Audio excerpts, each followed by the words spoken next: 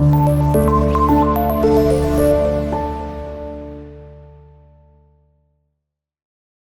اللہ الرحمن الرحیم۔ السلام علیکم عزیز طلبہ و طالبات، اردو جماعت نہم نیو سلیبس کے نیو ویڈیو لیکچر کے اندر میں آپ کو خوش آمدید کہتا ہوں۔ ہم نامی جماعت کی غزل نمبر 2 جو ہے سن تو صحیح جہاں میں ہے تیرا فسانہ کیا، خواجہ حیدر علی آتش کی لکھی گئی مشہور زمانہ غزل، اس ویڈیو لیکچر کے اندر ہم اس کے مشکل الفاظ کے معانی کو سمجھیں گے۔ تو آپ کی کتاب کا صفحہ نمبر 123 ہے، میں مشکل الفاظ جو ہے وہ ساتھ ساتھ لکھتا جاتا ہوں۔ سن تو صحیح جہاں، جہاں کا مطلب یہاں ہے یعنی دنیا، جہاں کا مطلب ہے دنیا، جہاں دنیا میں تیرا فسانہ کیا۔ تو فسانہ یعنی کہانی، داستاں،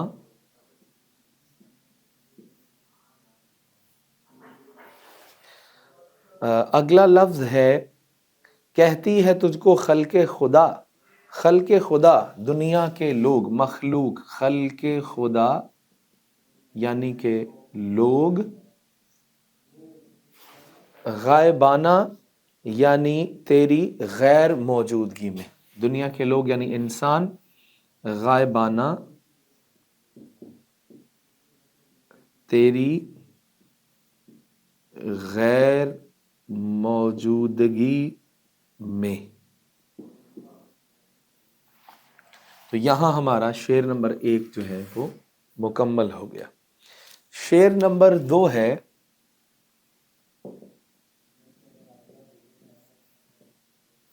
شعر نمبر 2 میں وہ کہتے ہیں کہ زیر زمیں سے آتا ہے جو گلے سو ضرب کف، قارون نے راستے میں لٹایا خزانہ کیا۔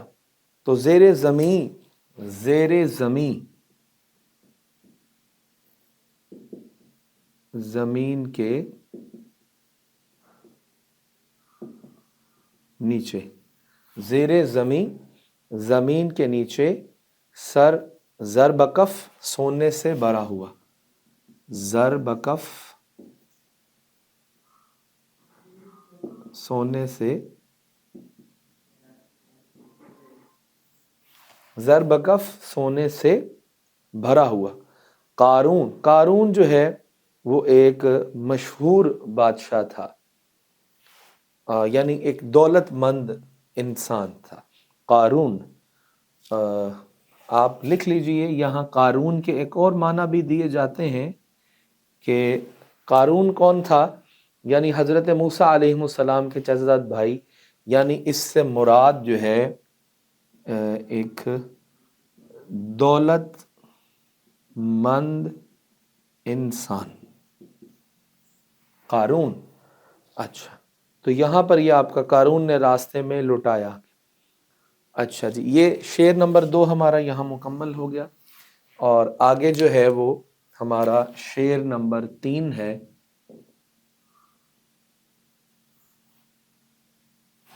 شعر نمبر 3 میں کہتے ہیں کہ اڑتا ہے شوق راحت منزل سے اسپِ عمر، مہمیز کہتے ہیں کسے اور تازیانہ کیا۔ تو یہاں پر اسب سے مراد یہ ہے گھوڑا،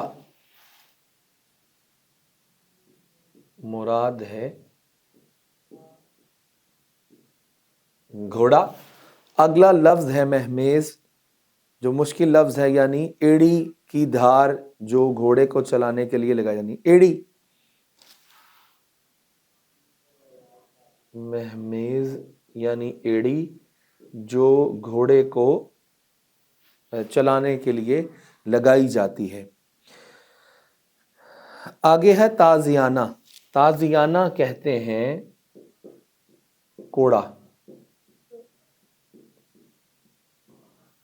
یہاں ہمارا شعر نمبر 3 کے مشکل الفاظ بھی ہم نے مکمل کر لیے۔ آگے چلیے اس غزل کے شعر نمبر 4 کی طرف. تو شعر نمبر 4 میں طبل و علم ہے ہی پاس ہے اپنے نہ ملک و مال، ہم سے خلاف ہو کے کرے گا زمانہ کیا. طبل کسے کہتے ہیں؟ اس کا مطلب ہوتا ہے جنگی ڈھول، یعنی جو جنگ جب شروع ہو جائے تو اس وقت جو بجا دیا جاتا ہے، اس کا مطلب ہے کہ جنگ کا آغاز ہو چکا. اور علم کا مطلب ہوتا ہے علم، یہ علم ہے، علم جھنڈا. میں نے اعراب اس لیے لگائے ہیں کہ مسئلہ نہ ہو. علم، علم عین سے ہے، علم جھنڈا. اور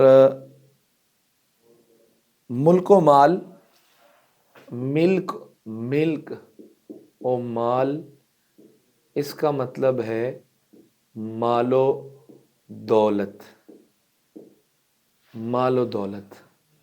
تو یہاں پر شعر نمبر 4 مکمل ہو گیا. اس سے آگے شعر نمبر 5. تو شعر نمبر 5 یوں ہے کہ بےتاب ہے کمال ہمارا دل، بے تاب ہے کمال ہمارا دل حزیں، مہماں سرائے جسم کا ہوگا روانہ کیا. تو بے تاب بے چین، بے تاب، بے تاب بے چین، بے تاب بے چین. اگلا لفظ ہے بے تاب سے آگے کمال یعنی تکمیل. کمال یعنی کہ تکمیل، اس کو یہ بھی کہہ سکتے ہیں کہ بہترین کام. کمال یعنی تکمیل، بہترین کام. اور مہماں سرائے، مہماں سرائے کا مطلب ہوتا ہے، مہماں سرائے اس کا مطلب ہوتا ہے مسافر خانہ. میں نیچے لکھ دیتا ہوں یہاں. مہماں سرائے کا مطلب ہوتا ہے مسافر خانہ. سرائے ہم کہتے ہیں مشہور ہے. شعر نمبر 6 اور غزل کا یہ آخری شعر. یوں مدعی حسد سے نہ دے تو داد تو نہ دے، آتش غزل یہ تو نے کہی عاشقانہ کیا. مدعی دعویٰ کرنے والا، مدعی، مدعی دعویٰ کرنے والا، اور اس سے مراد یہاں پر حاسد بھی ہے. مدعی دعویٰ کرنے والا، اور داد تعریف، داد، داد تعریف، داد تعریف. اور اس کے بعد داد تعریف کے بعد ہے آتش، یعنی شاعر کا تخلص ہے. آتش جو ہے، لفظ آتش یہاں جو استعمال ہوا ہے وہ شاعر نے اپنا تخلص بتایا ہے. جی عزیز طلباء و طالبات، اس ویڈیو لیکچر کے اندر ہم نے اس غزل کے 6 اشعار کے جو مشکل الفاظ کے معنی ہیں ان کو سمجھا ہے. یہ ویڈیو لیکچر سیریز ابھی جاری ہے، جڑے رہیے. اگلی ویڈیو کے اندر ہم اس کی تشریح کو سمجھیں گے. اپنا بہت سا خیال رکھیے. السلام علیکم ورحمۃ اللہ وبرکاتہ.